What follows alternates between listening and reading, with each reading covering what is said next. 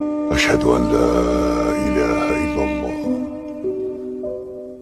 وحده لا شريك له. السلام عليكم ورحمة الله وبركاته. إن الحمد لله نحمده ونستعينه ونستغفره ونعوذ بالله من شرور أنفسنا ومن سيئات أعمالنا. من يهده الله فلا مضل له ومن يضلل فلا هادي له. وأشهد أن لا إله إلا الله وحده لا شريك له وأشهد أن محمدا عبده ورسوله أما بعد. எல்லாரும் கொஞ்சம் கிட்ட வந்தீங்கன்னா நல்லதாയിരിக்கும்.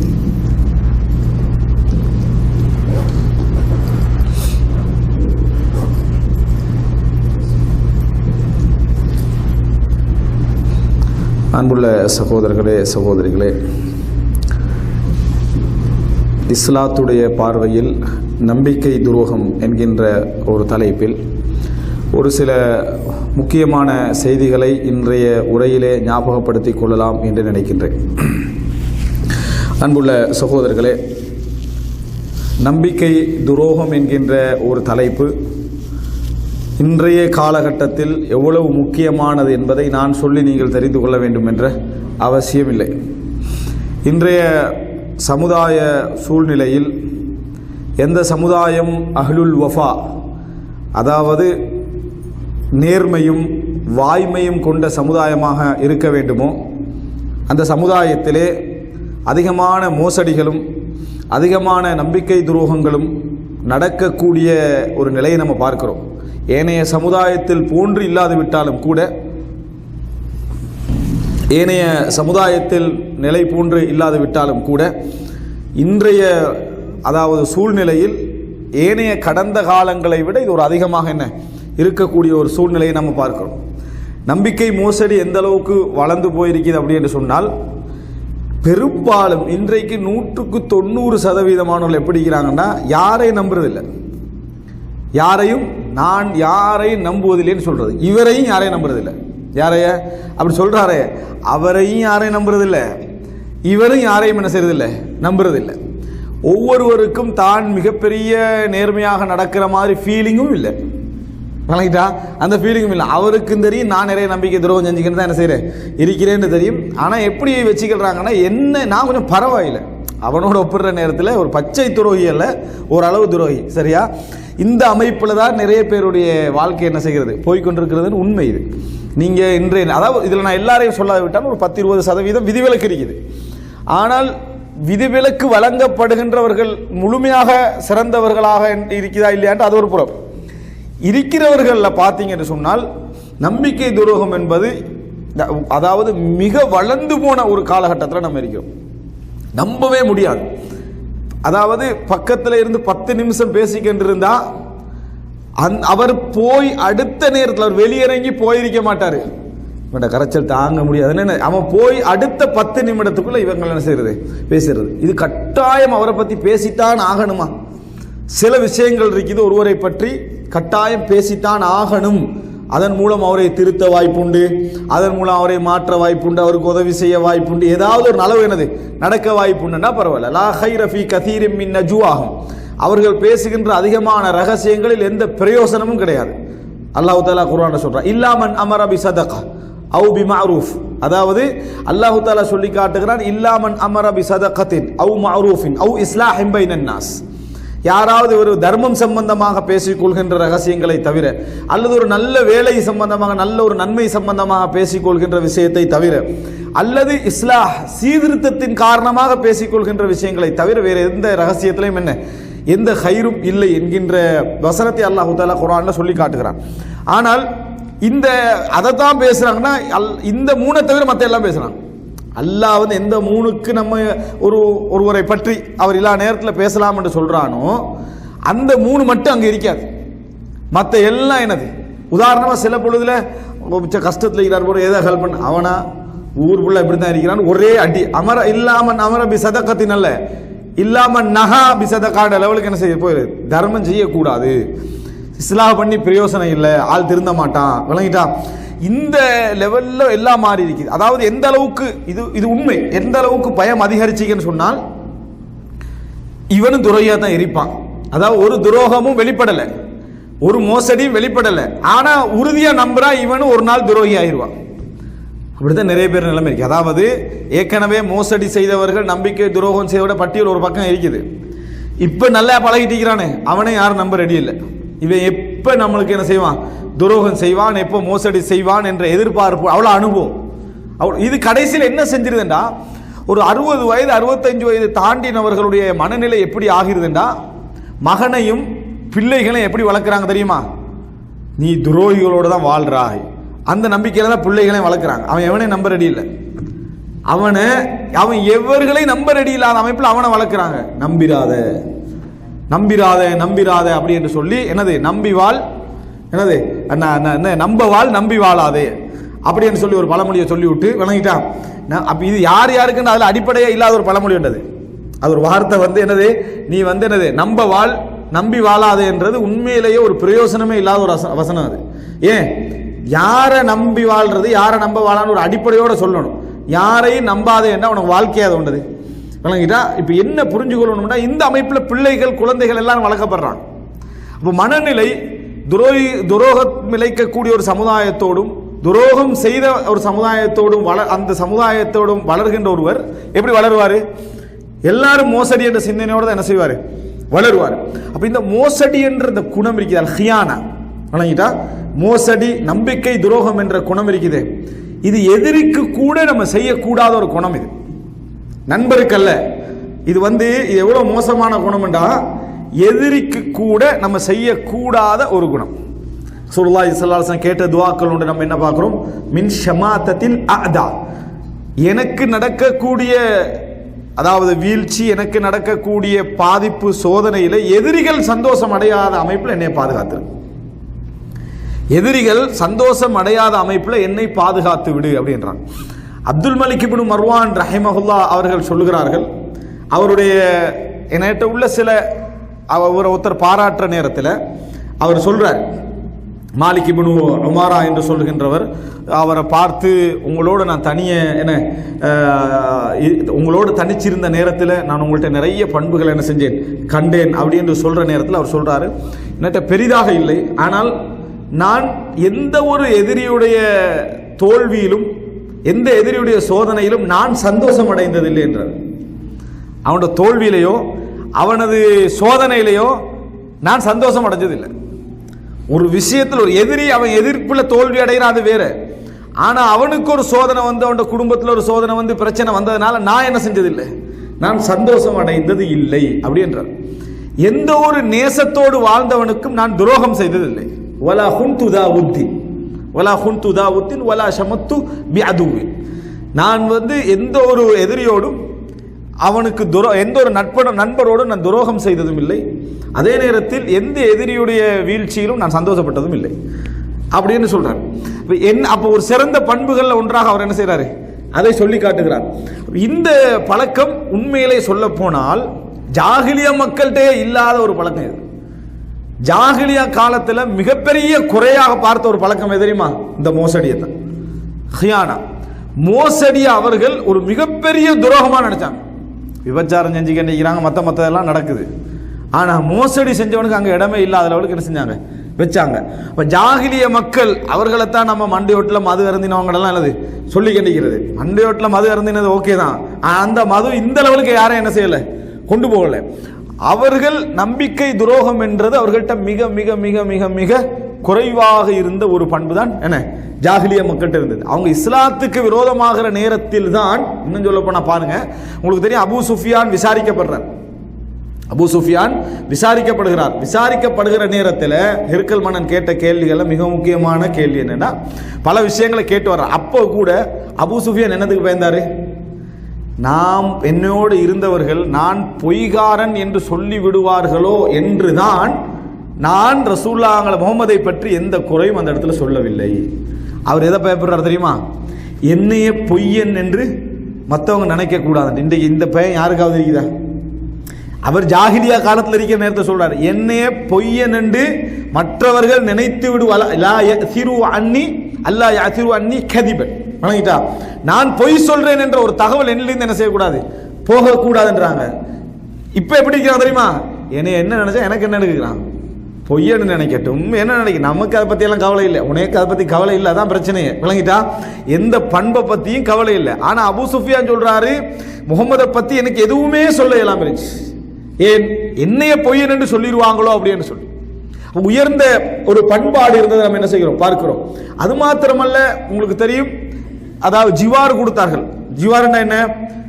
ஏண்ட பாதுகாப்பில் இவர் இருக்கிறார், இவர் நீங்க எதுவும் என்ன செய்யக்கூடாது, செய்யக்கூடாது. இத்தனைக்கு கொள்கையில் அவர் வேற, இவர் வேற. ஆனா நான் பாதுகாப்பு கொடுத்துட்டேன், அதனாலேயே யாருமே என்ன செய்யல, டச் பண்ண மாட்டான். அவர் பாதுகாப்பில் இருக்கிறாரு. ஒரு கொள்கைக்கு எதிரினா தனியே போய் அடிச்சு கொள்ளலாமே, அப்படி எதுவும் செய்யல. அவர்கிட்ட பாதுகாப்பில் இருக்கிறார், அதனால என்ன செய்யக்கூடாது, எதுவும் செய்யக்கூடாது. இப்படி ஒரு வஃபா, இதுக்கு சொல்றது ஹியானத்துக்கு மாற்றமானதான் வஃபா. அமானா, அமானிதத்தை பேணுறது. அதே போல வஃபா, வாய்மை, நேர்மை. இது இப்ப ஹியானத் என்றது யார்கிட்ட வளர்ந்தாலும் சரி, அவன்கிட்ட வேற கயிறு இல்லை, அவனிடத்துல என்னது. ஏனென்றால் ஒரு மனிதன் நம்பிக்கை ஒரு பெரிய பேஸ். ஒரு மனிதன் வாழ்க்கையில அவனை பற்றிய நம்பிக்கை, அவன் தவறு செய்திருந்தால் அது தவறாக, அதாவது தவறாக இருக்குமே தவிர துரோகமாக என்ன செய்யாது, இருக்காது, மோசடியாக இருக்காது, பிளான் பண்ணி எல்லாம் என்ன செஞ்சிருக்காது, நடந்திருக்காது. தவறு விட்டுட்டார் என்று சொல்லுகின்ற லெவல் தான் ஒரு மனிதனுடைய லைஃப்ல என்ன செய்யணும், இருக்கணும். துரோகம் செய்து விட்டார் என்ற இடத்துக்கு ஒரு நாள் என்ன செய்யக்கூடாது, வரக்கூடாது. ஆனால் நாங்கள் வாழக்கூடிய இந்த காலகட்டம் தானும் துரோகி மற்றவனும் துரோகி என்று நம்புற காலகட்டத்தில் என்ன செய்யறோம், அதிகமாக இருந்து கொண்டிருக்கிறோம். இந்த மாதிரியான ஒரு காலகட்டத்தில் இந்த நம்பிக்கை மோசடி அல்லது அதாவது ஏமாற்றம், துரோகம் என்கின்ற இந்த விஷயங்களை பற்றி நாம் ஓரளவுக்கு தெரிந்து கொள்ள வேண்டும். தெரிந்து கொள்றேன்னா நம்பிக்கை மோசடி கூடாதுன்னு எல்லாருக்கும் தெரியும். அதுக்கு ஒரு மணி நேரம் பயான் எல்லாம் என்னது தேவையில்லை. நம்பிக்கை மோசடி கூடாது, நம்பிக்கை துரோகம் செய்யக்கூடாது, அதுக்கு நான் ஒரு மணி நேரம் வழங்கப்படுத்தணுமா? அது இயல்பிலேயே என்ன செய்யும், தெரியும். ஆனால் சில நல்ல குணங்களுக்கு விதை போட்டுக் கொள்ள வேண்டும். எப்பொழுதும் கொஞ்சம் வளர்த்து கொள்ளணும், அதை ரீஃப்ரெஷ் பண்ணிக்கணும், அதை கொஞ்சம் எடை போட்டு பார்த்துக்கொள்ளணும். எந்த அளவுக்கு இருக்குது எங்கள்கிட்ட அப்படின்னு எடை போட வேண்டிய ஒரு கடமை நமக்கு என்ன செய்து இருக்குது. அதுக்கு நமக்கு எப்போ சந்தர்ப்பம் இருக்கு? நமக்கு தான் சந்தர்ப்பமே இல்லையே. அதனால இந்த மாதிரி ஒரு இடத்துல உட்கார்ற நேரத்தில் மட்டும்தான் நமது குணநலங்களை என்ன செய்யலாம், எடை போட்டு பார்க்கலாம். நம்ம எந்த அளவில் இருக்கிறோம் அப்படின்னு என்ன செய்யலாம், யோசிக்கலாம். ரசூலுல்லாஹி ஸல்லல்லாஹு அலைஹி வஸல்லம் அவர்களுடைய ஒரு அழகான ஹதீஸ். அந்த ஹதீதை அதில் ஒரு பகுதி தான் இந்த தலைப்புக்குரிய பகுதி. ஆனால் அது அழகான ஹதீஸ் என்பதனால சில பொழுது நீங்கள் ஒரு முதல் முறையாக கேட்கக்கூடிய ஹதீஸாகவும் இருக்கலாம். சஹீஹ் முஸ்லிமில் வரக்கூடிய ஒரு அழகான ஹதீஸ். அதை முழுமையாக நான் சொல்கிறேன். அந்த ஹதீஸில் இந்த பகுதி என்ன செய்யுது வருது, ரசூல் ஸல்லல்லாஹு அலைஹி வஸல்லம் சொல்லி காட்டுறாங்க. ரசூல் ஸல்லல்லாஹு அலைஹி வஸல்லம் சொல்றாங்க, அலா இன்ன ரப்பி அமரனி அன் உஅல்லிமக்கும் மா ஜஹில்தும் மிம்மா அல்லமனி யௌமி. அல்லாஹ் எனக்கு இன்று கற்றுத்தந்தவற்றில் நீங்கள் அறியாமல் இருக்கக்கூடியவற்றை எனக்கு உங்களுக்கு கற்பிக்குமாறு இறைவன் கட்டளையிட்டிருக்கிறான். குல்லு மாலின் நஹல்துஹு அப்தன் ஹலாலும். அல்லாஹு தஆலா சொல்கிறான், என் அடியானுக்கு நான் என்ன பணமெல்லாம் நான் கொடுத்திருக்கிறேனோ அதெல்லாம் அவனுக்கு ஹலாலான பணம், அனுமதிக்கப்பட்டது சொத்து. அவன் விரும்பினதை என்ன செய்யலாம், அதில் அனுபவிக்கலாம். யாருக்கும் அதை ஹராமாக்குவதற்கான உரிமை இல்லை. வ இன்னி ஹலக்து இபாதி ஹுனஃபாஅ குல்லஹும். என் அடியார்களை நான் யாரையெல்லாம் படைத்தேனோ அவர்களை எல்லாம் நான் தூய்மையானவர்களாகத்தான் படைத்தேன். எப்படி? இன்னி ஹலக்து இபாதி ஹுனஃபாஅ குல்லஹும். அவர்கள் எல்லோரையும், எவரையும் நான் தூய்மையற்றவர்களாக என்ன செய்யல, படைக்கல. எல்லோரையும் தூய்மையானவர்களாக தான் என்ன செய்தேன், படைத்தேன். வ இன்னஹும் அத்தத்ஹுமுஷ் ஷயாத்தீன் ஃபஜ்தாலத்ஹும் அன் தீனிஹிம். ஆனால் ஷைத்தான் அவர்களது வாழ்க்கையில் சுழன்று மார்க்கத்தை விட்டும் அவர்களை வழி தவற செய்து விட்டான். சரியான வழியை விட்டும் அவர்களை நெறி பிறழ செய்து விட்டான். வஹர்ரமத் அலைஹிம் மா அஹ்லல்து லஹும். நான் அவர்களுக்கு ஹலாலாக்கியவற்றை அவர்களுக்கு ஷைத்தான் ஹராமாக்கி விட்டான். வ அமரத்துஹும் அய்யுஷ்ரிகு பி மா லம் உன்சில் பிஹி சுல்தானா. நான் ஏவாத, நான் ஆதாரபூர்வமாக இறக்கி வைக்காத ஒரு விஷயத்தை வைத்து எனக்கு இணை வைக்க ஆரம்பித்து விட்டார்கள். அதுக்கு ஷைத்தான் அவர்களுக்கு கட்டளையிட்டு விட்டான். வ இன்னல்லாஹ நதர இலா அஹ்லில் அர்த். ரசூலுல்லாஹ்களுக்கு வருவதற்கு முன்னால அந்த காலப்பகுதியில் உள்ள செய்தியை ரசூலுல்லாஹ் சொல்றாங்க, அல்லாஹு தஆலா இந்த உலகத்தை பார்த்தான். அந்த நேரம் இந்த உலகத்தை பார்த்தான். ஃபமகதஹும் அரபஹும் வ அஜமஹும். அரபிகள் அஜமிகள் என்று வேறுபாடு இல்லாமல் அனைவரையும் இறைவன் வெறுத்தான். ஃபமகதஹும் அரபஹும் வ அஜமஹும். அரபிகள் அஜமிகள் என்று வேறுபாடு இல்லாமல் எல்லோரையும் இறைவன் வெறுத்தான். எல்லாரும் எதில் இருந்தாங்க, தனக்கு இணை வைக்கிற வாழ்க்கையில் என்ன செய்தார்கள், இருந்து கொண்டிருந்தார்கள். இல்லா பகாயா மின் அஹ்லில் கிதாப், வேதக்காரர்களில் எஞ்சிய சிலரை தவிர. யூத கிறிஸ்தவர்களில் பழைய தீனிலேயே ஏகத்துவத்திலேயே வாழ்ந்து கொண்டிருந்த ஒரு சில வேதக்காரர்களை தவிர அந்த நேரத்தில் அல்லாஹ் எல்லாரையும் வெறுத்துட்டான். யாரை மட்டும் அல்லாஹ் விரும்பினா? ஒரு சில வேதக்காரர்களை தவிர. இஸ்லாம் ஒரு நீதியான மார்க்கம் என்பதற்கு இது ஒரு ஆதாரம். இது ஒரு ஆதாரம். அல்லாஹு தஆலா எல்லாரையும் என்ன செஞ்சிட்டான்? வெறுத்து விட்டான், இவர்களை தவிர. அதுக்கடுத்து வகால், அல்லாஹு தஆலா சொன்னான், இன்னமா பஅஸ்துக லி அப்தலியக வ அப்தலிய பிக். நான் நபியே உங்களை, முகமதே உங்களை அனுப்பியதெல்லாம் லி அப்தலியக், உங்களை சோதிப்பதற்காகவும், உங்களை கொண்டு சோதிப்பதற்காகவும். உங்களை தூதராக அனுப்பியதெல்லாம் உங்களை சோதிப்பதற்காகவும், உங்களை கொண்டு பிறரை சோதிப்பதற்காகவும் தான் நான் என்ன செய்திருக்கிறேன்? அனுப்பியிருக்கிறேன். வ அன்ஸல்து அலைக கிதாபன் லா யக்ஸிலுல் மா தக்ரஉஹு நாஇமன் வ யக்தான். உங்களுக்கு ஒரு வேதத்தை நான் தந்திருக்கிறேன். தண்ணீர் கழுவ முடியாத ஒரு வேதம் அது. தண்ணீரால் கரைந்து போகாத ஒரு வேதம் அது. அப்படின்னா என்ன? டோட்டலாக இந்த உலகத்தில் உள்ள எழுதப்பட்ட எல்லாத்தையும் அழிச்சாலும் அந்த வேகம் இல்லாம, அந்த வேதம் இல்லாம போகாது. அப்படிப்பட்ட ஒரு வேதத்தை உங்களுக்கு நான் என்ன செய்திருக்கிறேன்? தந்திருக்கிறேன். அதை நீங்கள் தூங்கிய நிலையிலும் விழித்த நிலையிலும் ஓதலாம். அப்படின்னா என்ன? கல்புல அது என்றைக்கும் உங்களுக்கு என்ன செய்யும்? இருக்கும், அது போகாது. அப்படிப்பட்ட ஒரு வேதத்தை நான் உங்களுக்கு தந்திருக்கிறேன். வ இன்னல்லாஹ அமரனி, இப்ப ரசூலுல்லாஹ் சொல்றாங்க, அன் உஹர்ரிக குரைஷன், இந்த குறைஷிகள் என்னை ஏற்றுக்கொள்ள, இறைவனை ஏற்றுக்கொள்ளாததனால், இவ்வளவு பிரச்சாரம் அவர்களுக்குள்ள ஒரு ஆளை செலக்ட் பண்ணி அனுப்பி அவர்கள் ஏற்றுக்கொள்ளாததனால் அவர்கள் அனைவரையும் எரித்து விடுமாறு அல்லாஹ் எனக்கு கட்டளையிட்டான்.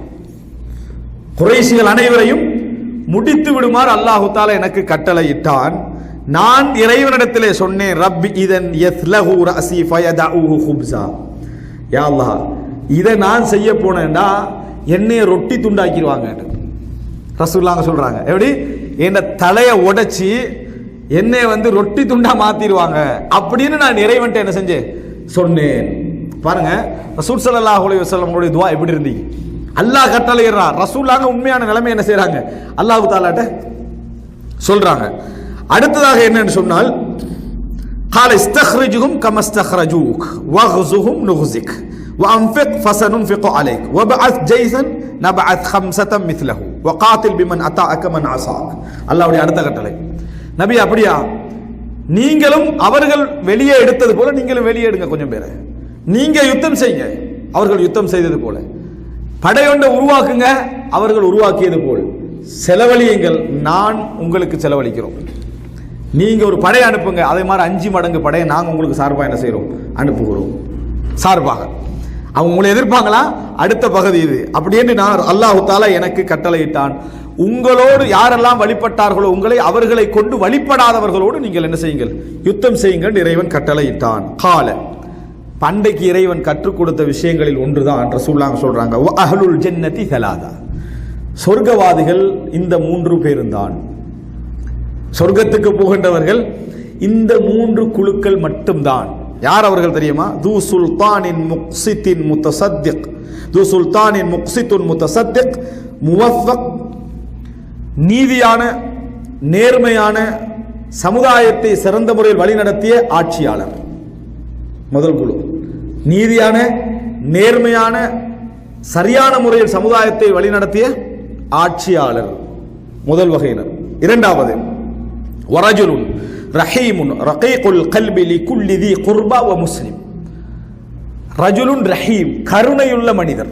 சொர்க்கவாதிகள் இரண்டாவது குழு, கருணையுள்ள மனிதர், நெகிழ்வான உள்ளம் கொண்டவர். யாருக்கு? ஒவ்வொரு இரத்த உறவுகளுக்கும், நெருக்கமான உறவுகளுக்கும், சொந்த பந்தங்களுக்கும், இந்த உலகத்தில் வாழுகின்ற ஒவ்வொரு முஸ்லிமுக்கும் கருணையான உள்ளத்தோடு, நெகிழ்ச்சியான உள்ளத்தோடு, உறவினர்களுக்கும், இந்த உலகத்தில் வாழ்கின்ற ஒவ்வொரு முஸ்லிமுக்கும் இருந்தவர். இரண்டாவது குழு. இதுல என்ன ரசூலுல்லாஹ் என்ன சொல்றாங்க பாருங்க, வரஜுலுன் ரஹீமுன் ரஹீமுன் ரகீகுல் கல்பி லிகுல்லி தி குர்பா வ முஸ்லிம்.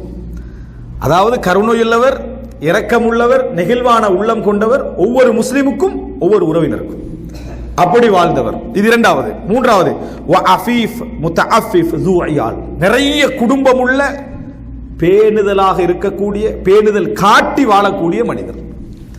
வரஜுலுன் அஃபீஃப் வ முத்தஅஃபிஃப் து இயால், பேணுதல் உள்ள, பேணுதல் காட்டி வாழக்கூடிய, நிறைய குடும்பம் உள்ள மனிதர் அப்படின்னு ரசூலுல்லாஹி ஸல்லல்லாஹு அலைஹி வஸல்லம் சொல்றாங்க. 3 இவங்க வேணா சொர்க்கவாதிகள். நம்ம சொன்ன அடையாளத்துக்கும் நம்ம விளங்கிக்கிற அடையாளங்களுக்கு இந்த 3 சொர்க்கவாதி அடையாளங்களுக்குள்ள டிஃபரெண்ட்டை பார்த்துக்க. அப்ப ரசூலுல்லாஹ் இங்க என்ன சொல்றாங்கன்னா, சட்டம் அது இதெல்லாம் இருக்குது, ஆனா ரூஹ் இருக்கு, ஒரு உயிர். ஒவ்வொரு விஷயத்துக்கும் ஒரு உயிரோட்டம் இருக்குது, ஒரு ரூஹானியத். இந்த ரூஹானியத் இல்லாம அதுக்கு சூழ உள்ள என்ன இருந்தால் அது என்னது? வேலை இல்லை. இந்த உயிரோட்டம் இல்லாம எல்லாம் இருக்குது, ஆனா இந்த உயிரோட்டம் என்னது? இது சொல்ல போனா இது ஒரு உயிர். ரசூலுல்லாஹ் சொன்ன விஷயம் வந்து ஒரு சமுதாய உயிர் நாடி மாதிரியான 3 விஷயத்தை ரசூலுல்லாஹ் என்ன செய்றாங்க? சொல்லி காட்டுகிறார். அடுத்தது வ அஹ்லுன் நாரி ஹம்ஸா, நரகவாதிகள் 5 குழுவினர். நரகவாதிகள் 5 குழுவினர். ரசூல் ஸல்லல்லாஹு அலைஹி வஸல்லம் அத்-தஈஃப் அல்லதி லா ஸப்ர லஹு அல்லதீன ஹும் ஃபீக்கும் தபஅன் லா யப்தகூன அஹ்லன் வலா மாலன். புத்தி இல்லாம இந்த உலகத்தில் எந்த ஒரு சிரத்தையும் இல்லாம, குடும்பம், ஒரு வீடு, ஒரு வாழ்க்கை என்ற எந்த சிந்தனையும் இல்லாம சொன்னதெல்லாம் கேட்டு வாழக்கூடிய மக்கள். இதான் முதல் குழுவை நாங்கள் சொல்லலாம். என்ன? மூளையை செயல்படுத்தாத, உலகத்துக்கும் செயல்படுத்தல, மறுமைக்கு. லா யப்தகூன அஹ்லன் வலா மாலா, சொத்து தேடுறதும் இல்லை, குடும்பம் தேடுறதும் இல்லை, ஒன்றும் தேடுறதும் இல்லை. லா ஸப்ர லஹு, புத்தியும் இல்லை. எதுக்கும் யூஸ் பண்ணாம வாழ்க்கை என்னது அளித்தவர்கள் முதல் நரகவாதிகள். பாருங்க, அந்த ஹம்சால 5ல முதலாவது. இரண்டாவது பாருங்க, வல் ஹாயின் உள்ளதி லா யக்ஃபா லஹு தமஉன் வ இன் தக்க இல்லா ஹானஹு. இதுதான் முக்கியமான விஷயம். இந்த சப்ஜெக்டுக்குரிய தலைப்புக்குரிய சப்ஜெக்ட் இதுதான். என்ன அப்படி என்று சொன்னால், இரண்டாவது குழு, அதாவது வல் ஹாயின், மோசடிக்காரன், நம்பிக்கை துரோகி. நம்பிக்கை துரோகி எப்படிப்பட்ட நம்பிக்கை துரோகி தெரியுமா? அல்லது லா யக்ஃபா லஹு தமஉ, என்றைக்கும் அந்த துரோகத்தின் ஆசை அவனுக்கு அடங்கியதில்லை. துரோகம் அளிக்கிற ஆசை என்றைக்கும் அவனுக்கு அடங்காது. எப்பயும் துரோகம் செய்கின்ற மனோபக்குவம் உள்ளவன். வ இன் தக்க இல்லா ஹானஹு, சின்ன விஷயமா இருந்தால் அவன் துரோகத்தை காணலாம். ஒரு சாதாரண விஷயத்திலும் அவன் துரோகியாக என்ன செய்வான்? நம்பிக்கை மோசடிக்காரனாக இருப்பான். இவன் தான் 2வது குழு, நரகத்துக்கு போகக்கூடிய 2வது ஆள். ரசூல் ஸல்லல்லாஹு அலைஹி வஸல்லம் அவங்க சொல்றாங்க, வரஜுலுன், இன்னொரு மனிதர், லா யுஸ்பிஹு வலா யும்சி இல்லா வஹுவ யுகாதிஉக அன் அஹ்லிக வ மாலி. இவன் அடுத்து அதேதான், ஆனா வேற வகையில் ரசூலுல்லாஹ் சொல்றாங்க. என்ன? காலை அடைந்தாலும் சரி, மாலை அடைந்தாலும் சரி, உன் சொத்து, உன் குடும்பம் இவைகளை விற்றும் உனக்கு துரோகம் செய்து ஏமாற்றிக் கொண்டே வாழக்கூடியவன். காலையிலே மாலையில் அவனோட முழு சிந்தனையும் என்னன்னா, உன் சொத்தை எப்படி ஒன்றிருந்து எடுக்கிறது, எப்படி உன் குடும்பத்தை சிதைக்கிறது, ஏமாற்றுவது. இதுதான் அவனுடைய முழு சிந்தனையும் என்று வாழக்கூடியவர்கள், குடும்பத்தை சீர்குலைக்கக்கூடியவர்கள், பொருளாதாரத்தை ஏமாற்றி சுரண்டக்கூடியவர்கள். நரகத்துடைய 3வது குழு ரசூலுல்லாஹி ஸல்லல்லாஹு அலைஹி வஸல்லம் அவர்கள் சொல்கிறார்கள். அடுத்ததாக வரஜுலுன், அடுத்த வதக்கரல் புஹ்ல வல் கதிப வஷ்ஷிந்தீர் அல் ஃபஹாஷ், அதாவது புஹ்ல் கஞ்சத்தனம். ரசூலுல்லாஹ் 4வது சொல்றாங்களாம், அவில் கதிப் அல்லது பொய். 4வது சொன்னது கஞ்சத்தனம் அல்லது பொய். அடுத்தது மானங்கெட்டவன், அதாவது ஒழுக்கம் கெட்டு வாழக்கூடிய மனிதன் 5வது. இந்த 5 பேரும் தான் நரகவாதிகள் என்று ரசூலுல்லாஹி ஸல்லல்லாஹு அலைஹி வஸல்லம் அவர்கள் சொன்னார். இதில் அன்புள்ள சகோதரர்களே, வல் ஹாயின் அல்லது அதாவது மோசடிகாரன், அல்லது லா யக்ஃபா லஹு தமஉன் வ இன் தக்க, எவ்வளவு குறைந்திருந்தாலும் சாதாரண விஷயமாக இருந்தாலும் துரோகம் செய்யக்கூடிய மனிதன் நரகவாதிகளில் பிரதானமானவன் ரசூலுல்லாஹ் சொல்லி காட்டுறாங்க. அன்புள்ள சகோதரர்களே, வ இன் தக்க, இது மிகவும் கவனமான விஷயம் என்ன தெரியுமா? வ இன் தக்க, ஆக சின்ன ஒரு விஷயமா இருந்தாலும் அவன் நம்பிக்கை துரோகத்தை என்ன செய்யலாம், காணலாம். இன்றைக்கு நீங்க பார்க்கலாம், ஆக சின்ன விஷயத்துல நம்பிக்கை துரோகம் அதிகமா என்ன செய்யறான், செஞ்சுட்டிருக்கிறான். ஆக பெரிய விஷயத்துக்கு கொஞ்சம் கொஞ்சம் பயந்தாலும் ஆக சின்ன விஷயங்கள்ல நிறைய நம்பிக்கை துரோகங்கள் என்ன செய்ய நடக்கின்றன. எந்த அளவுக்கு நடக்குது அப்படின்னு சொன்னால், இங்களை பேசிட்டு அவன் வீட்டுக்கு போய் சேரல, வாட்ஸ்அப்ல பரவிடுது, எல்லாம் வீட்டுக்கு போய் சேரல, ரெக்கார்ட் பண்ணிப்பான், இப்படி வச்சுட்டு பேசுறது. வழங்கிட்டா ஒரு பொது விஷயம் மட்டும் தான் நான் ரெக்கார்ட் பண்ணுன்றார். அது பொது விஷயம்னு நீ நினைக்கிறாய், ஆனா அதுல அவன். அன்புள்ள சகோதரர்களே, நான் இப்போ ஒரு சில துரோகங்களை உங்களுக்கு சொல்லி காட்டுறேன். 2 நண்பர்கள் பேசிக்கின்றாங்கன்னு சொன்னால், நட்பின் காரணமாக எந்த தக்கல்லுஃபும் இல்லாம, எந்த ஒரு குல்ஃபா இல்லாம 2 பேர் பேசுவாங்களா இல்ல? எந்த ஒரு குல்ஃபாவும் இருக்காது அப்படின்னா என்ன, எந்த அதீத பிரயத்தனம் இல்லாம இயல்பா என்ன செய்வார்கள், பேசுவார்கள். இதே விஷயத்தை அவர் இன்னொரு இடத்துல பேசணுமாக இருந்தா அதுக்கே ஒரு வடிவத்தில் என்ன செய்வார், பேசுவார். இதுக்கு அர்த்தம் அவர் ஏமாற்றி பேசணும்னு அர்த்தம் அல்ல. ஒவ்வொரு இடத்துக்கும் ஒரு பேச்சு. இதை ஒருத்தர் ரெக்கார்டு பண்ணி மக்களுக்கு மத்தியில் போட்டுட்டு தனியா பேசினா பப்ளிக்கா பேசினா என்ன, உண்மையா எல்லா இடத்துலயும் சொல்ல வேண்டியதானே, நல்லா தான் இருக்குது அந்த வசனம். ஆனா இதே விஷயத்தை அவரோட லைஃப்ல அவர் அப்ளை பண்ணலாமா? இதே விஷயத்தை அவர் லைஃப்ல அப்ளை பண்ணலாமா? பிள்ளையோட பேசுறது எல்லாத்தையும் ரெக்கார்ட் பண்ணலாமா? உதாரணமா இந்த ரெக்கார்டிங் கலாச்சாரம் நம்பிக்கை துரோகத்துடைய ஒரு மோசமான வடிவம். அது இன்றைக்கு நம்பிக்கை துரோகத்தினுடைய மோசமான வடிவம். இது நிறைய இடங்கள் என்ன செய்கிறது, காண்பதை பார்க்கிறோம். அன்புள்ள சகோதரர்களே, இப்போ இந்த மாதிரி அதாவது ஒரு யாரும் பக்கத்துல இருந்து எந்த அளவுக்கு பயப்படுறாங்கன்னா, பேசிட்டீங்களா இப்படி லைட் பத்தினா பயப்படுறாங்க, என்னமோ செய்யறான் போல. நான் அப்படியே பேச்சு அவன்கிட்ட கேட்கவும் இயலாது. இவன் ஏதா நினைச்சிருவான்னு அவன்கிட்ட கேட்கறதும் இல்லை, பேச்சை அடைக்கிறது இல்லை. பேசுங்களேன்னா அப்ப அவன் கன்ஃபார்மா ரெக்கார்டு தான் பண்றான் அப்படின்னு இன்னும் கொஞ்சம் நினைச்சுக்கிறான். இவனுக்கு அவன்ல சந்தேகம், அவனுக்கு இவன்ல சந்தேகம் என்ற அளவுக்கு என்ன செய்யுது, இருக்கிறதா இல்லையா? இன்றைக்கு சாதாரணமா கேட்க முடியாத லெவல்ல இருக்குது ரெக்கார்ட் பண்ண. ஏனென்றால் இன்றைக்கு முதலாவது பயப்படுறது நெருங்கிக்கிற நண்பனை தான். ஏன், இவனுக்கு ஏற்கனவே 10 நண்பன் இந்த துரோகம் செஞ்சிருப்பான். அதனால 10வது உள்ளவன் உண்மையா நடந்தாலும் சரி, இவன் சந்தேகம் அவனை துரோகி ஆக்கி விட்டுரும். அந்த அளவுக்கான ஒரு அதாவது அமானித மோசடியோடு வாழக்கூடிய, சரி இஸ்லாத்துல எது கூடாதோ அது கூடாது, அதுக்கு நீ என்ன நியாயம் கற்பிச்சாலும் சரி. இஸ்லாத்துல எது கூடாது அது கூடாது, அதுல என்ன நியாயம் கற்பித்தாலும் சரி. இந்த மாதிரி நடக்கக்கூடிய துரோகங்களை நட்பு, அதாவது குறிப்பாக நான் எல்லா துரோகங்களை விட, நம்பிக்கை மோசடிகளை விட நட்புக்கு மத்தியில் நடக்கக்கூடிய நம்பிக்கை மோசடி இருக்குது. இன்றைக்கு உள்ள பெரிய பிரச்சனை என்னன்னா, உண்மையான நட்பண்டா யாருக்கு என்னன்னே தெரியாது. இன்றைக்கு 5000 பேர் ஃபேஸ்புக்ல உனக்கு எத்தனை ஃப்ரெண்ட்ஸ் கேட்டா, அது இப்ப லிமிட் பண்ணி அவன் லிமிட் பண்ணலன்னு வைங்க, ஃபேஸ்புக்கார அவன் லிமிட் பண்ணலாட்டி இவருக்கு 1,00,000 ஃப்ரெண்ட்ஸ் இருந்திருப்பார். விளங்கிட்டா? அவன் லிமிட் பண்ணனால ஃப்ரெண்ட்ஸ் லிஸ்ட் இப்ப ஒரு குறைச்சிட்டாராம். விளங்கிட்டா? அதுக்கு பேர் ஃப்ரெண்ட்ஸ். அன்புள்ள சகோதரர், பேர்களுக்கு ஒரு எஃபெக்ட் இருக்கு, நல்ல முறையில் புரிஞ்சுக்கிறோம். நம்ம ஃப்ரெண்ட்ஸ் அதை கணக்கெடுக்கல நினைக்கிறோம், அப்படி இல்லை. பேருக்கு ஒரு எஃபெக்ட் இருக்கு. ஃப்ரெண்ட்ஸ் லிஸ்ட்ல போட்டு நீ ஒரு நாலு ஃப்ரெண்ட்ஸ் ஃப்ரெண்ட்ஸ் ஃப்ரெண்ட்ஸ் உங்களோட தலையில பதிஞ்சிட்டா அது என்ன மாதிரி பதியும் மனசுல? அந்த அந்த நட்பு என்ற உணர்வு அதை என்ன செய்யும், ஊட்ட ஆரம்பிக்கும். நாளை பொழுதுல அது உங்களுக்கு நட்பாக அது மாறும் அந்த சிந்தனையில. இப்படி ஒரு வரைவிலக்கணமே இல்லாத ஒரு சமுதாய வாழ்க்கையை என்ன செய்யறோம், வாழ்ந்து கொண்டிருக்கிறோம்.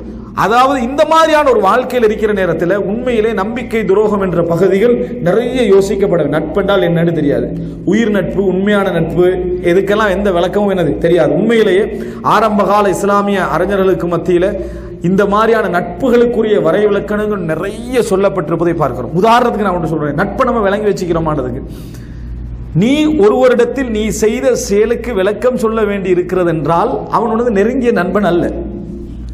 இது வரைவிலக்கணம். நீ ஒருத்தனுக்கு நீ செஞ்ச செயலுக்கு விளக்கம் சொல்ல வேண்டியிருக்குது, அவன் நண்பனாக இருக்கலாம், உனது நெருங்கிய நண்பன் அல்ல அவன்.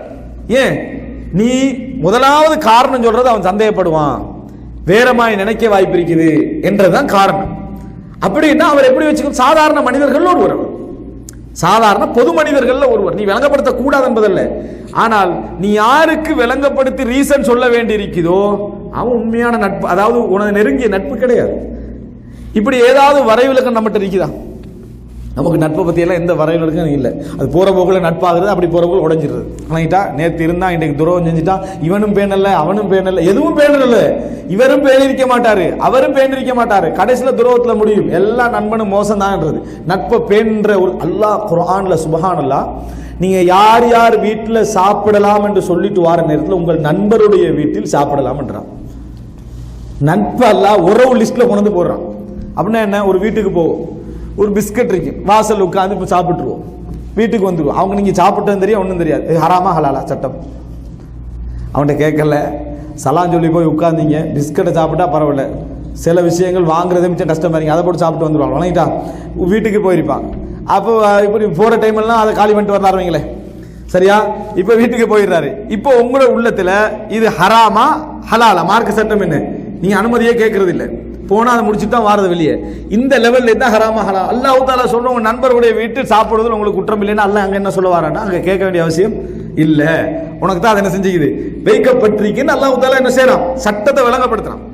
இந்த மாதிரி ஒருவரோடு பழகுவதாக இருந்தா நாளைக்கு நீங்க முடிச்சு காலி பண்ணிட்டு போயிடுறீங்க, அங்க வைக்காதீங்கப்பா அவர் வந்தா எல்லாம் காலி பண்ணிடுறாருன்னு வீட்டுல பேசுற அளவுக்கு நீங்க நடந்துட்டீங்கன்னு வைங்களேன். இது அர்த்தம் என்ன தெரியுமா, அங்க நட்போண்டு இல்லைன்னு அர்த்தம். நீங்க செய்யறது அவருக்கும் உங்களுக்குள்ள நட்போடு சம்பந்தப்பட்டது. ஆனால் இவைகள் எல்லாம் விளங்கா நம்ம பழக்கம் எப்படி தெரியுமா இருக்குது, எங்கே பிரிக்கிறது இல்லை, எதை பத்தியும் போற போக்குல போறது, முற்றத்துல முற்றது, எதை பத்தியும் வரைவிலக்கணம் தெரியாது. எதை பற்றியும் வாழ்க்கைக்கு ஒரு அனுபவப்பட்டு திருந்தலாம். இருக்கிற 60 வருஷத்துல எப்ப திருந்துறது? அப்போ அதனால ஏற்கனவே உள்ள கடந்த காலத்தில் உள்ள சில அனுபவங்களை பெற்றுக்கணும்னா நிறைய துரோகம் இழைக்கவும் மாட்டோம், நிறைய துரோகம் செய்யப்படவும் மாட்டோம், நிறைய துரோகம் இழைக்கவும் மாட்டோம். எங்களுக்கே தெரியாம, அதாவது துரோகம் என்ற சில பொழுது நம்ம நாடி செஞ்சிருப்போம், நாடாமல் அது துரோகமாக என்ன செஞ்சிருக்கும், அறிவில்லாதனால மார்க்க விளக்கமினால நிறைய துரோகமாக என்ன செஞ்சிருக்கும். எத்தனையோ நட்புக்களை நீங்க பாத்தீங்கன்னா அமைதியா ஒதுங்கிடுறாங்க. அமைதியா ஒதுங்கிடுவதனால என்ன நடக்குது அப்படி தெரியுமா? இவர் ஏன் ஒதுங்கினார் இவருக்கு தெரியாது, இவருக்கு தெரியாது. ஆனா இவரை காயப்படுத்தாம அவர் ஒதுங்கிடுறாரு.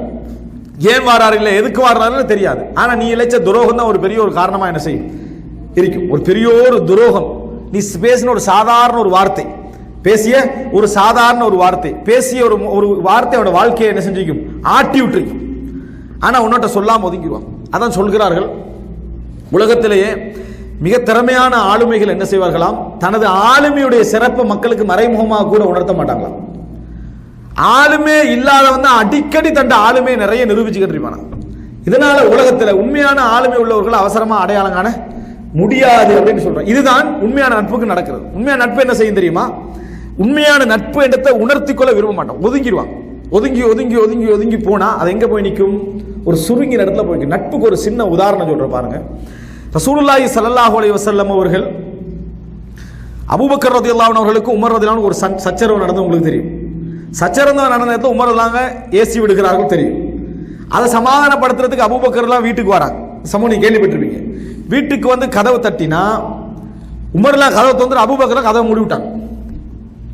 இப்படி ஒரு சம்பவம் நம்ம வாழ்க்கையில் நடந்துருவீங்களே, அதுதான் கடைசி. அதான் மனுஷன், இவனெல்லாம் ஒரு மனுஷன் விளங்கிட்டா. ஒரு என்ன பிரச்சனை நடந்தாலும் அதுக்கு பேசுவோம் பாருங்க, ஒரு 1/2 மணி நேரம் விளங்கிட்டா. எந்த பண்பாட்டுக்கும் கொடுக்காத ஒரு முக்கியத்துவத்தை அதுக்கு கொடுப்போம். கதவு மூடுறது கோபத்தில் நடக்கிறது. துரோகத்தை கூட மன்னிச்சிருவோம், கதவு மூடத்தை மன்னிக்கலான்றான். எப்படித்தான் தத்துவம் பேசுறாங்களோ தெரியாது விளங்கிட்டா.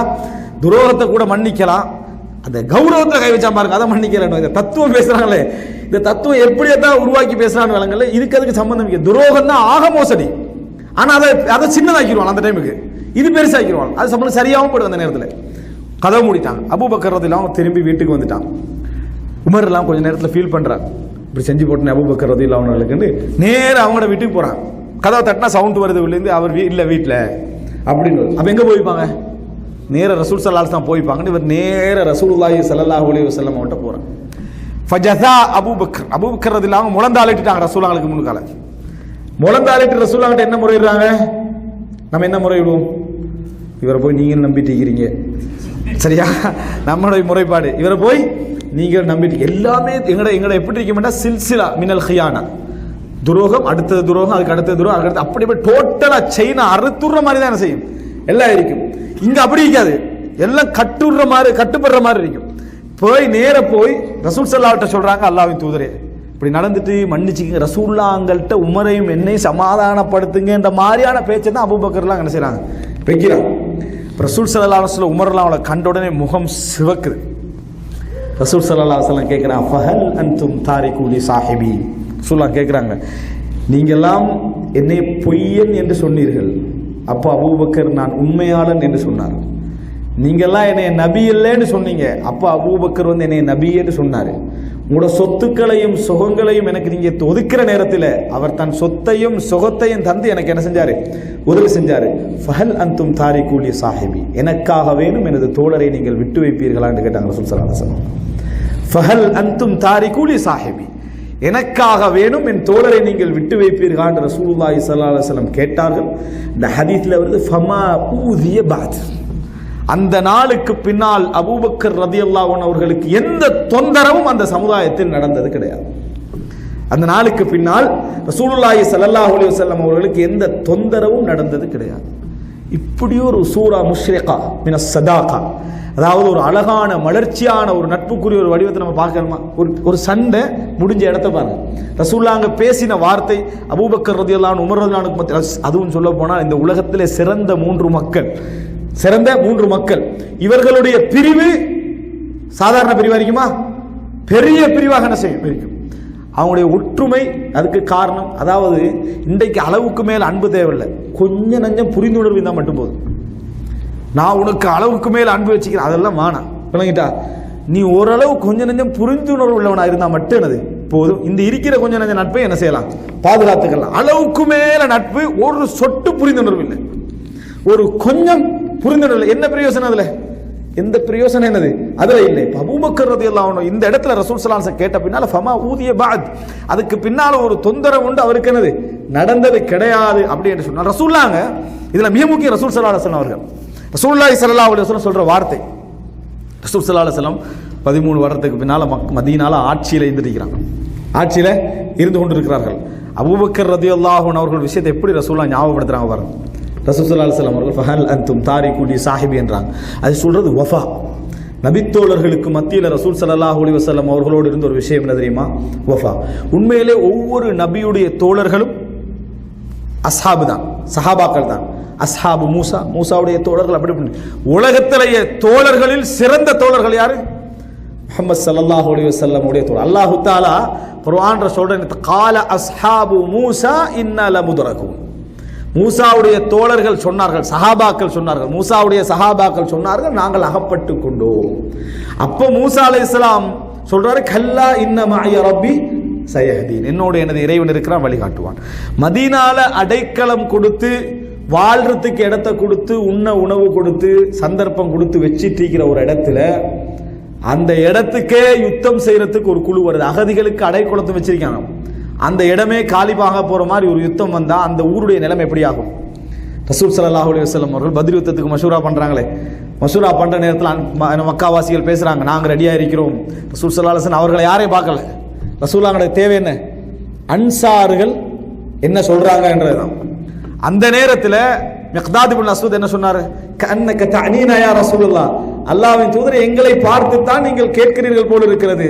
வல்லாஹி, அல்லாஹ்வின் தூதரே, லவ் இஸ்தஅரலனா ஹாதல் பஹ், இந்த கடல் எங்கள் முன்னே குறுக்கிட்டு, சும்மா அமர்தலானி நஹூத ஃபீஹி குத்னா, இந்த கடலில் மூழ்க நீங்கள் கட்டளை இட்டாலும் நாங்கள் மூழ்குவோம். ஃபஸிர் அலா பரக்கத்தில்லா, அல்லாஹ்வுடைய பரக்கத்தை கொண்டு நீங்கள் யுத்தத்தை ஆரம்பியுங்கள் என்று தான் ரசூலுல்லாஹி ஸல்லல்லாஹு அலைஹி வஸல்லம் சொன்னாங்க. ரசூல் ஸல்லல்லாஹு அலைஹி வஸல்லம் முகம் மலர்ந்தது. ரசூல் ஸல்லல்லாஹு அலைஹி வஸல்லம் முகம் மலர்ந்த செய்தியை பார்க்க. அப்ப என்ன சொன்னால், அன்சார்கள் நின்ற இடம் எது தெரியுமா? வஃபா. அது என்ன? வஃபா. ரசூல் ஸல்லல்லாஹு அலைஹி வஸல்லம் அவர்கள் இறுதி நேரத்தில் கட்டு, தலையில கட்டு போட்டுக்கொண்ட நிலையில் திடீர்னு ட்ரெஸ் எல்லாம் எடுத்துக்கிட்டு மிம்பர்ல வந்து உட்கார்ந்தார்கள் நோயாளியாக. அன்சார்களை பார்த்து சொன்னார்கள், அன்சார்களே, எனது மரணத்துக்கு பின்னால் நிறைய அசௌகரியங்களை சந்திப்பீர்கள், நிறைய அசௌகரியங்களை சந்திப்பீர்கள். ஃபஸ்பிரு, பொறுத்துக் கொள்ளுங்கள். ஹத்தா தல்கௌனி ஃபில் ஹவுத், ஹவுதுல் கௌசரில் என்னை சந்திக்கின்ற வரைக்கும், ஹவுதுல் கௌசரில் என்னை சந்திக்கின்ற வரைக்கும். அன்சார்கள் பொறுத்த மாதிரி உலகத்தில் யாரும் பொறுக்கல. சொந்த பகுதியில் ஆட்சியாளர்களாக அவர்கள் இருக்கவில்லை. அபூபக்கர் ரலியல்லாஹு மட்டுமல்ல, உமர், உஸ்மான், அலி ரலியல்லாஹு அன்ஹு எந்த இடத்துல அவர்கள் என்ன செய்யல, ஆட்சி எடுக்கவில்லை. அதை ரசூலுல்லாஹ்வோட வழி, ரசூலுல்லாஹ்வோட கட்டளை அப்படி இருந்து வாழ்ந்தவர்கள் அன்சார்கள். அதனால தான் ரசூலுல்லாஹ் சொன்னாங்க, அன்சாரு அது அன்சாரு திசார், அல் அன்சாரு ஷிஆரு வன்னாசு திசார் என்றார்கள். அன்சார்கள் என் மேலோடு ஒட்டியுள்ள ஆடை, மக்கள் எல்லாம் எனது வெளியாடை என்று சொன்னாங்க ரசூல் ஸல்லல்லாஹு அலைஹி வஸல்லம். மக்கள் எல்லாம் எனது வெளியாடை என்று சொன்னார்கள். இது நட்புடைய வடிவம். துரோகம் அளிக்கிற ரசூல் ஸல்லல்லாஹு அலைஹி வஸல்லம் அவர்கள் யாருடைய வாக்கு, ஒரு சில நபித்தோடைய வாக்கை நம்பி தான் மதீனாவுக்கு வந்தாங்க, ஒரு சிலருடைய வாக்கை நம்பி தான் அவங்க துரோகம் அளிச்சாங்கன்னு வைங்களேன். ஸல்லல்லாஹு அலைஹி வஸல்லம் அவர்கள் உலக ரீதியாக ரசூலுல்லாஹ் முடிஞ்சது, உலக ரீதியாக ரசூலுல்லாஹி ஸல்லல்லாஹு அலைஹி வஸல்லம் நிச்சயமாக தோல்வி. அவர்கள் துரோகம் அளித்தார். யார்? சஅத் இப்னு முஆத். சஅத் இப்னு முஆத், சஅத் இப்னு முஆத் மிக முக்கியமானவர். அடுத்து சஅத் யாரு? சஅத் இப்னு முஆத். அடுத்தது சஅத் இப்னு உபாதா. இந்த ரெண்டு நபித்தோழர்களும் மிக முக்கியமான தலைவர்கள். வாக்கு ரசூல் ஸல்லல்லாஹு அலைஹி வஸல்லம் அளிச்சவங்க. அவங்க ரெண்டு பேரும் துரோகம் அளிச்சா எப்படி இருக்கும்? அதனால தான் ரசூலுல்லாஹி ஸல்லல்லாஹு அலைஹி வஸல்லம் அவர் மரணிக்கிற கட்டம், ரத்தம் ஓடிக்கின்றிருக்குது. அந்த அதாவது ஒரு தலைவராக சமுதாயத்திலிருந்து தன் தலைமை பதவியெல்லாம் விட்டு கொடுத்து ரசூலுல்லாஹ்களை தலைமையில் வச்சு பார்த்து சந்தோஷமா ரசூலுல்லாஹ் கூமு இலா சய்யிதி, அவர் நோய் வாய்ப்பட்டு கொண்டு வரப்படுற நேரத்தில் சொன்னாங்க, கூமு இலா சய்யிதிக்கும், உங்கள் தலைவரை எடுங்க, அதை எடுங்க, அவரை அழைச்சிட்டு வாங்க, அவன் பக்கம் எழும்புங்கள் என்று ரசூலுல்லாஹ் சொன்னாங்க. அந்த நேரத்தில் அவர் வந்து பள்ளியில் ஒரு ஹைமா, ஒரு டென்ட் அடுக்கி வைக்கப்பட்டு அவர் வந்து நோயாளிக்கிற நேரத்தில் அவருடைய ஒரு இடம் வெடிச்சு ரத்தம் ஓடுது. அப்போ ரசூல் ஸல்லல்லாஹு அலைஹி வஸல்லம் கையில் எடுத்து கண்ணீர் வடித்து அழுதார்கள். ரசூல் ஸல்லல்லாஹு அலைஹி வஸல்லம் அழுகிற நேரத்தில் ரசூலுல்லாஹி ஸல்லல்லாஹு அலைஹி வஸல்லம் அவர்கள் ஒரு வார்த்தை சொன்னார். அவர் மௌத்தாகிறாங்க, ரசூலுல்லாஹோட கையிலேயே மௌத்தாகிறாங்க. அப்போ ரசூலுல்லாஹி ஸல்லல்லாஹு அலைஹி வஸல்லம் சொன்னார்கள், லக்கத் அன்ஜஸ்த மா வஅத்த ரசூலக் அல்லது மா வஅத்த ரப்பக், உங்களுக்கு நீங்கள் இறைவனுக்கு அளித்த அந்த ஒப்பந்தம், அந்த வாக்கை நீங்கள் நிறைவேற்றி விட்டீர்கள், அது செஞ்சிட்டீங்க. அதாவது அதில் எந்த விதமான மோசடியும் நீங்கள் செய்யலை. வல யுன்ஜிஸன்னல்லாஹு மா வஅதக், அல்லாஹ் உங்களுக்கு அளித்த வாக்கை அல்லாஹ் நிறைவேற்றுவான். அல்லாஹ் உங்களுக்கு அளித்த வாக்கை அல்லாஹ் நிறைவேற்றுவான். ஜஸாக்கல்லாஹு கைரன் மின் சய்யிதி கௌம், ஒரு சமூக தலைவர் என்ற அடிப்படையில் அல்லாஹ் உங்களுக்கு கூலியை தரட்டும் என்று ரசூலுல்லாஹி ஸல்லல்லாஹு அலைஹி வஸல்லம் அவர்கள் சொன்னார்கள். அன்புள்ள சகோதரர்களே, இது அதாவது வஃபா, ஒரு வாய்மையோடு வாழ்ந்து துரோகம் இழைக்காமல் மரணித்த தோழர்களுடைய வாழ்க்கை. அதனால தான் கால அஸ்ஹாபு மூசா இன்னால முத்ரகு, நாங்கள் அகப்பட்டு கொண்டோம்னு சொன்னாங்க. அல்லாஹ் தஆலா சொல்றான், முஹம்மதுர் ரசூலுல்லாஹ் வல்லதீன மஅஹு அஷித்தாஉ அலல் குஃபார் ரஹமாஉ பைனஹும். மூசா அலைஹிஸ்ஸலாம் தோழர்கள் மாதிரி அல்லாஹ் சொல்லல, முஹம்மதுர் ரசூலுல்லாஹ், முஹம்மது அல்லாஹ்வுடைய தூதர், வல்லதீன மஅஹு அஷித்தா, அவரோடு இருப்பவர்கள் இறை நிராகரிப்பாளர்களோடு கடுமையாகவும், ருஹமாஉ பைனஹும், தங்கள் ஈமான் கொண்டவர்களுக்கு மத்தியில் கருணையுள்ளவர்களாகவும் இருப்பார்கள். தராஹும் ருக்கஅன் சுஜ்ஜதன், அவர்களை சுஜூது செய்தவர்களாகவும் ருக்கு செய்தவர்களாகவும் நீங்கள் காண்பீர்கள். முஹம்மது ஸல்லல்லாஹு அலைஹி வஸல்லம் தோழர்களுக்கு அல்லாஹ் கொடுத்த சிறப்பு. எனவே அன்புள்ள சகோதரர்களே, நட்புடைய துரோகம் இருக்குது. எத்தனையோ பேருடைய வாழ்க்கை, குடும்பம் சீரழிவதற்கு காரணமாக அமைஞ்சது நட்புடைய துரோகம்.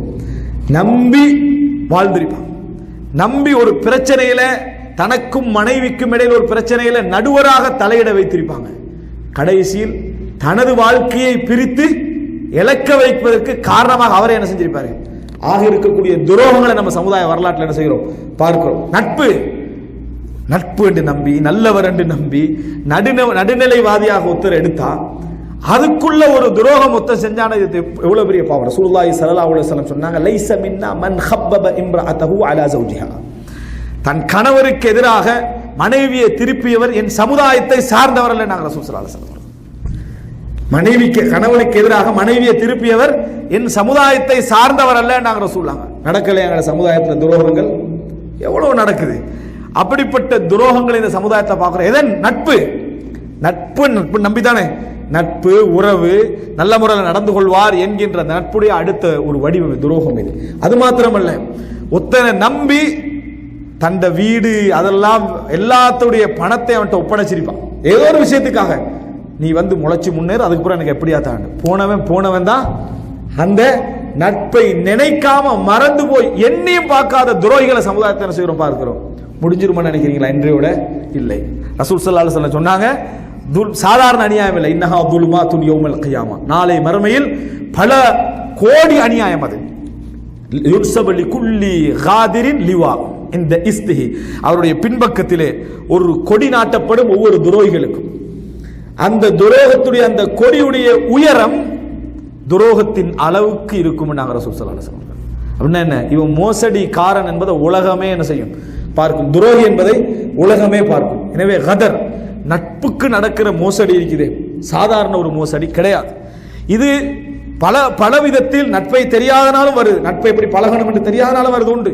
இரண்டாவது, இந்த மாதிரி நம்புற நேரத்தில் சொத்துல நம்பியிருப்பான், பொருளாதாரத்தில் நம்பியிருப்பான். சிலவங்க சில கம்பெனியே நண்பர்ற பேர்ல எழுதியிருப்பான், அரசாங்க பிரச்சனைகளுக்கு மற்ற பிரச்சனைக்கு டோட்டலா அதுக்கு பிறகு என்ன செஞ்சிருவான், இது ஏண்டதான் என்று வாதிட்ட துரோகிகள் எல்லாம் நம்ம சமுதாயத்தில் செய்கிறோம் பார்க்கிறோம். எல்லாம் சொல்லி ஒரு முறையாக இருந்து நடந்திருக்கும், இது ஏண்டதான் வாதிட்ட துரோகிகளை சமுதாயத்தில் செய்கிறோம், நம்பிக்கை துரோகிகளை பார்க்கிறோம். அன்புள்ள சகோதரர்களே, நிச்சயமாக அல்லாஹ் ரப்புல் ஆலமீன் இன்னி ஹர்ரம்து துல்ம அலா நஃப்ஸி ஃபஜஅல்துஹு பைனக்கும் முஹர்ரமா ஃபலா ததாலமு, நான் அநியாயத்தை எனக்கு ஹராமாக்கி இருக்கிறேன். அல்லாஹ் சொல்றா, எனக்கு ஹராமாக்கி இருக்கிறேன், உங்களுக்கு மத்தியிலும் அதை நான் ஹராமாக்கி இருக்கிறேன். ஃபலா ததாலமு, நீங்கள் உங்களுக்கு மத்தியில் அநியாயம் இழைத்துக் கொள்ள வேண்டாம் என்று சொல்லி. அதனால தான் ரசூலுல்லாஹி ஸல்லல்லாஹு அலைஹி வஸல்லம் சொன்னார்கள், ஆயத்துல் முனாஃபிகி தலாதா, நயவஞ்சகருடைய அடையாளங்களில் ஒன்று என்ன, 3. அதில் ஒன்று என்ன, இத துமினகான, நம்பிக்கை, அவனை நம்பினா அவன் துரோகம் செய்வதுதான் அவனது இயல்பாக என்ன செய்யும் இருக்கும் என்பதை ரசூலுல்லாஹி ஸல்லல்லாஹு அலைஹி வஸல்லம் சொல்றாங்க. அன்புள்ள சகோதரர்களே, நட்புடைய துரோகம் மட்டுமல்ல, சாதாரணமான விஷயம். அடுத்தது பாருங்க, எத்தனையோ பேர், அதாவது குடும்ப வாழ்க்கை, கணவன் மனைவியுடைய வாழ்க்கை, கணவன் மனைவியுடைய லைஃப், உண்மையிலே கணவன் மனைவியுடைய வாழ்க்கை என்றது சொல்ல போனால் ரகசியங்களுடைய பரிமாற்றம். இஸ்லாத்தை பொறுத்த வரைக்கும் திருமண பந்தம் என்பது ஆக மினிமம் எடுத்துக்கிட்டீங்கன்னு சொன்னால், இவருக்குன்னு சில கடமைகள் இருக்கு. உழைக்கணும், வீட்டில் வாழ வைக்கணும், ட்ரெஸ்ஸு கொடுக்கணும், நோய் நிவாரணங்களுக்கு பார்க்கணும், பொறுப்போடு இருக்கணும்.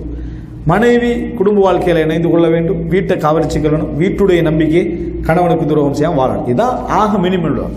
ஆனால் எல்லா குடும்பமும் அப்படி இல்லை. எல்லா குடும்பமும் அப்படி இல்லை. இன்றைக்கு பெரும்பாலும் குடும்ப வாழ்க்கை என்பது தியாகமுள்ள வாழ்க்கை நிறைய பேர் வாழ்க்கையில் அமைஞ்சிக்கிறது. அதாவது இது மினிமம். இப்படி ஒரு வாழ்க்கை வாழ்ந்தா பிரச்சனை என்று வந்தா விவாகரத்து ஆகிக்கலாம். பிரச்சனை வந்தா விவாகரத்து. ஆனா அப்படியா வாழ்றாங்க எல்லாரும்? இல்லை. அவளோட சொத்தெல்லாம் இவன்ட சொத்து, இவன்ட சொத்தெல்லாம் அவளோட சொத்து. இப்படி வாழ்றோமா இல்லையா? இவன்ட சொத்தெல்லாம் அவளோட சொத்து, அவளோட சொத்தெல்லாம் என்ற சொத்து. எனக்கும் உனக்குள்ள என்ன பிரிவு என்று ஒரு இவருடைய டோட்டல் தொழிலுடைய முன்னேற்றத்துக்கும் மனைவியுடைய சைட்ல பெரிய சப்போர்ட் என்ன செஞ்சிருக்கும், வழங்கப்பட்டிருக்கும். எனது மருமகன் என்று சொல்லி.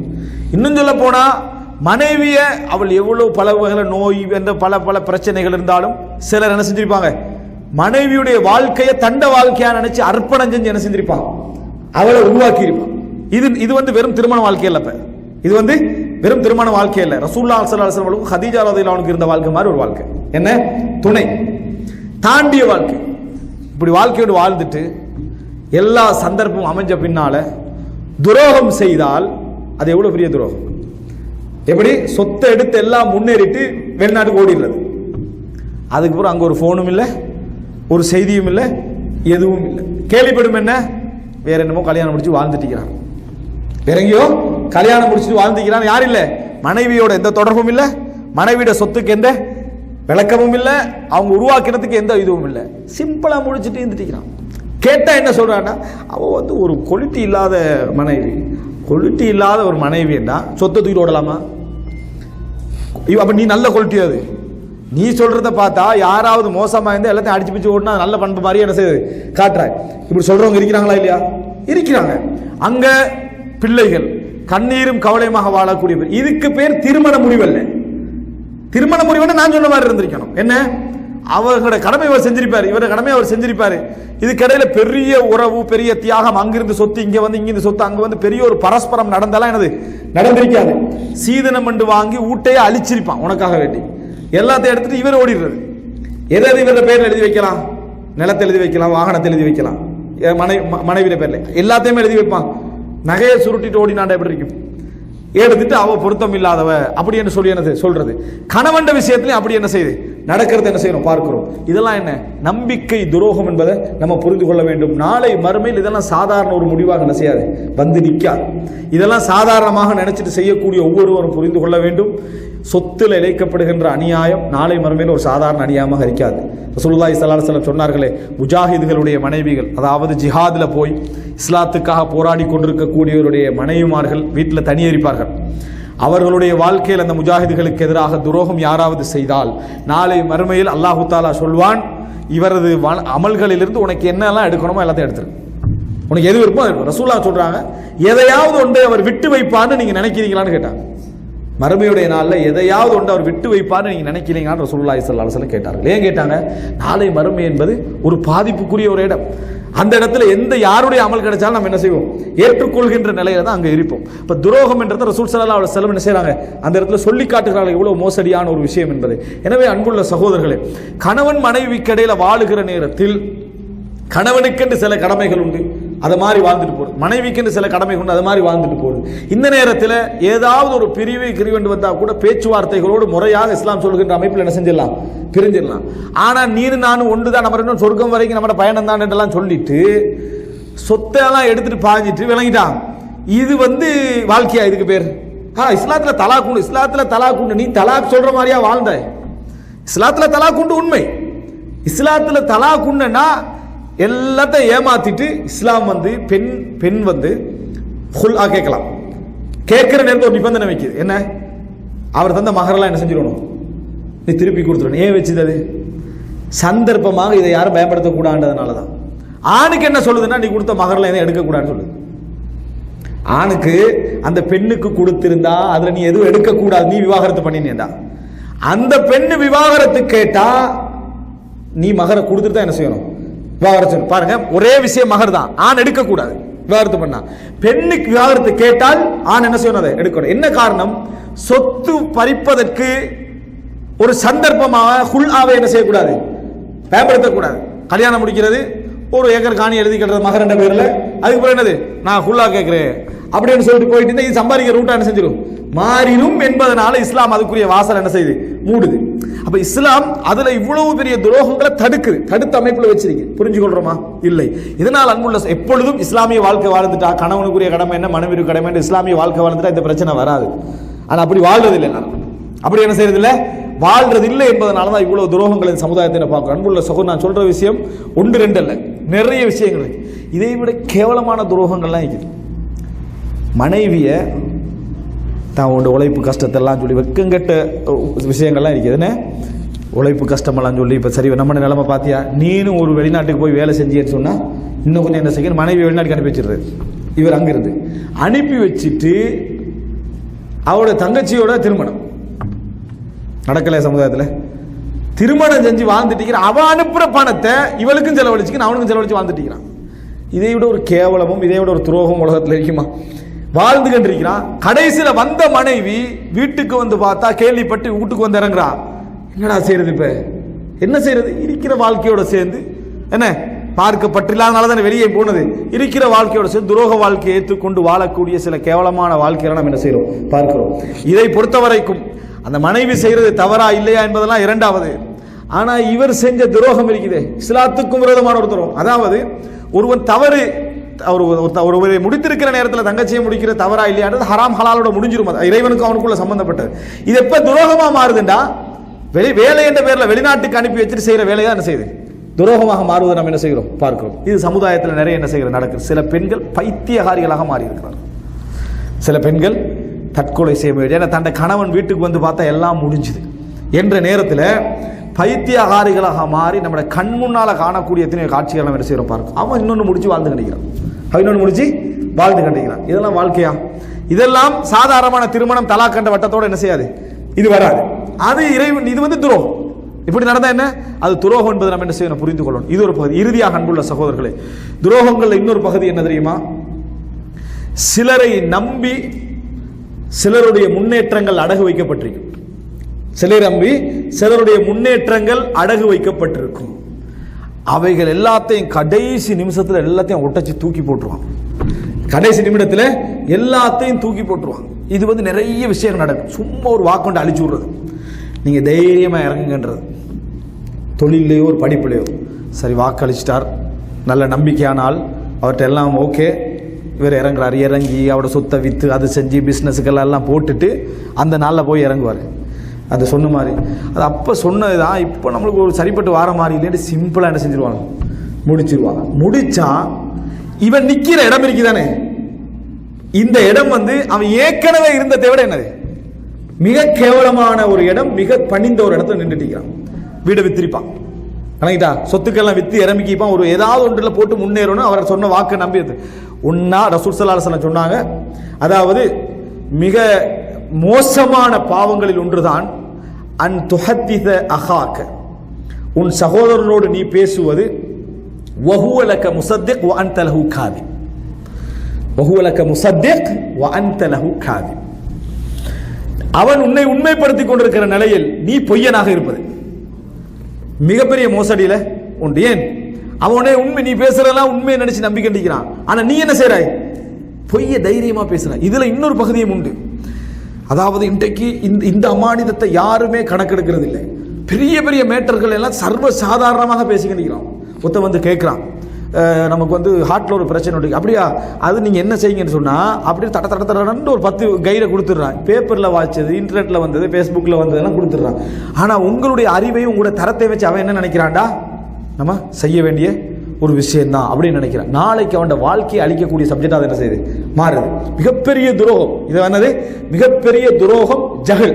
அதாவது அறியாமை மூலம் ஒரு சமுதாயத்தை என்ன செய்யறது. அல் முஸ்தஷாரு முஅ்தமன், ஆலோசனை கேட்கப்படுகின்றவர் அமானிதம் ஒப்படைக்கப்பட்டவர். நாங்கள் சொல்லலாம், ஆலோசனை கேட்கப்படுகின்றவர் அமானிதம் உனக்கு துறையாது, உண்ட தகசுதா உண்ட குடும்பத்துக்கு நீ இதை அப்ளை பண்ணுவியா? இப்படி பிரச்சனை வந்தா உன்ன மனைவிக்கு உண்ட பிள்ளைங்க அதை அப்ளை பண்ணுவியா? இந்த பேப்பர்ல வந்ததை வச்சுதான் நீ செயல்படுவியா, வேற ஏதாவது செய்வியா?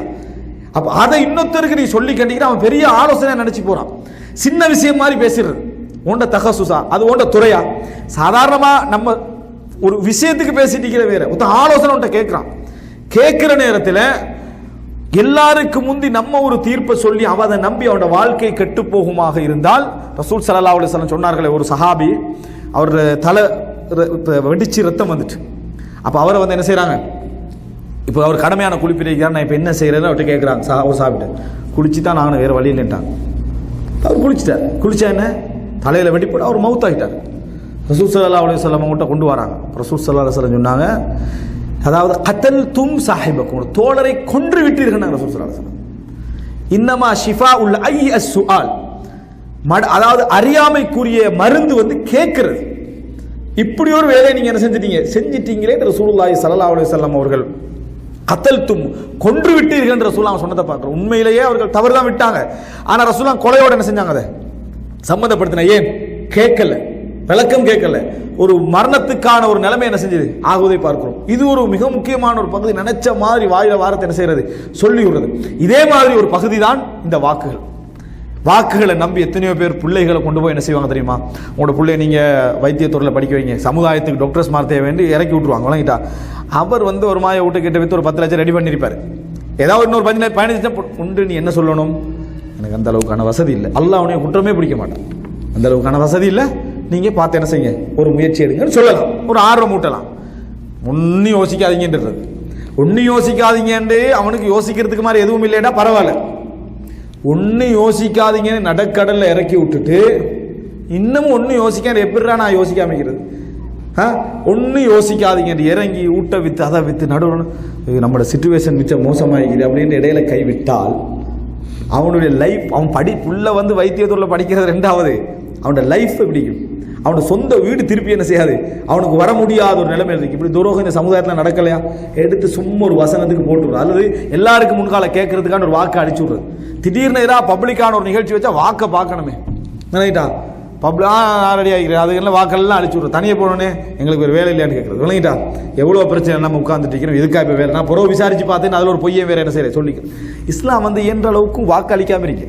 விளங்கிட்டா துரோகங்கள் நம்ம செய்ய வேண்டிய ஒரு அவசியம் இல்லை. இல்லையா உடனே எக்ஸ்கியூஸ் கேட்டுருங்க, ஏதோ ஒரு எக்ஸ்கியூஸ் கேட்டுருங்க. இந்த மாதிரி ஏதாவது என்ன செய்யலாம். ஆனால் இந்த மாதிரி நம்ப வைத்து எத்தனையோ பேருடைய கழுத்தறுக்கக்கூடியவர்களை நம்ம என்ன செய்யறோம் பார்க்கிறோம். இஸ்லாமிய வரலாறும் கூட, கடைசியாக சொல்லி முடித்துக்கொள்ள சகோதரர்களே, இஸ்லாமிய வரலாறும் கூட ஒருவருடைய துரோகம் போதும் ஒரு மனிதனுடைய டோட்டல் லைஃபும் அட்டிப்பட்டு சுக்குநூறாகுவதற்கு.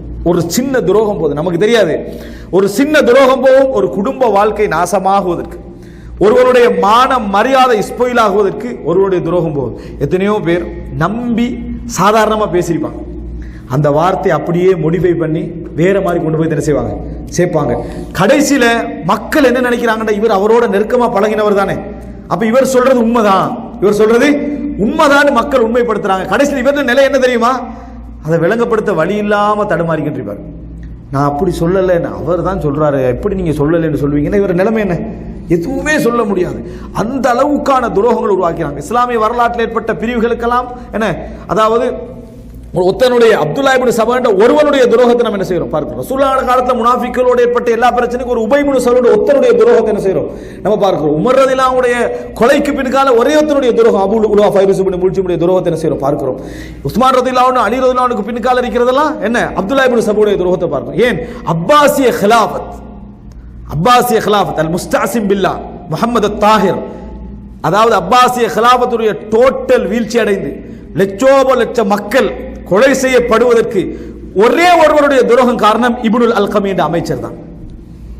இப்னுல் அல்கமி என்ற அமைச்சர் தான் டோட்டல் சமுதாயமும் கீழே போய் விடுவதற்கு காரணமாச்சு. ஒருத்தருடைய துரோகம் இவ்வளவு பெரிய மோசடி, அந்த டோட்டல் சமுதாயம் கீழே விழுந்து கடைசியில் ஹலீஃபா கொண்டு வரப்பட்டு வெட்டப்பட்டார்.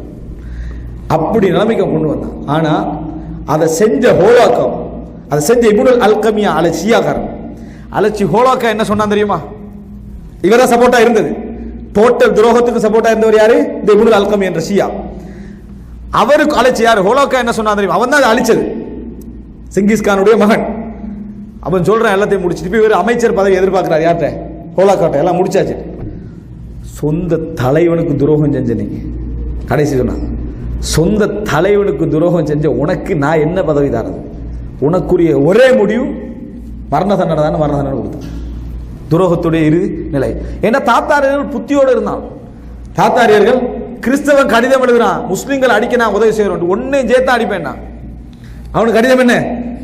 துரோகம் நம்ம நேரம் அடிச்சுட்டு போறதுதான். விளங்கிட்டா? இந்த மாதிரி ஒரு குரூப் அவங்க என்ன செஞ்சாங்க? அல்லாஹ் நேர்வழியை கொடுத்து விட்டான். அல்லாஹ் தஆலா நாளை முகலாயர்களாக மாறினது யாரு? இதனால பரக்கத் கான் என்று சொல்லக்கூடிய நல்லவர்கள் உருவாகினது எல்லாவற்றுக்கும் மேல நேர போனது. எனவே அன்புள்ள சகோதரர்களே, துரோகம் தான் வரலாற்று. அப்துல் ஹமீத் உஸ்மானிய ஹலீஃபா கடைசி கால பகுதியில் அவரை எல்லா வகையிலையும் அசைச்சு பார்த்தாங்க. பலஸ்தீனுக்கு கொண்டு போய் 1990களில் 1900களில் யாரை கொண்டு போய் சேர்க்க? பலஸ்தீனுக்கு கொண்டு போய் முஹாஜிர்களாக இந்த யூதர்களை சேர்ப்பதற்கு எல்லாமெல்லாம் செஞ்சு பார்த்தார். அவர் என்ன சொன்னார்னா, இஸ்லாமிய ஹிலாஃபத் வீழ்ச்சி அடைந்த பின்னால் நீங்க யூதர்களை தாராளமாக கொண்டு போய் என்ன செய்யுங்க, வச்சுக்கோங்க. அம்மா அன ஹை ஃபலா, நான் உயிரோடு இருக்கிற நேரத்தில் இது என்ன செய்யாது, நடக்காது என்று கடிதம் எழுதினார். துரோகம் இழைக்க நினைச்சிருந்திருக்க டோட்டலாக என்ன செஞ்சிருக்கும், டோட்டல் பலஸ்தீனும் என்ன செஞ்சு அந்த மக்களுடைய கையில் போய் அநியாயமாக இருக்கக்கூடிய வாய்ப்பு இருக்குது. ஆனால் அப்துல் ஹமீத் தானி செஞ்ச அந்த வஃபா, அந்த நேர்மை, வாய்மை அந்த சமுதாயத்தை என்ன செஞ்சது, காப்பாற்றியதை பார்க்கிறோம். அதனால உஸ்மானிய கலாபத்துடைய மிகப்பெரிய சிறப்பம்சமே என்ன தெரியுமா? வஃபா. இந்த சமுதாயத்துக்கு அவர்கள் செய்த வாய்மை. உஸ்மானிய கலாபத்தில் பல விஷயங்கள் இருக்குது.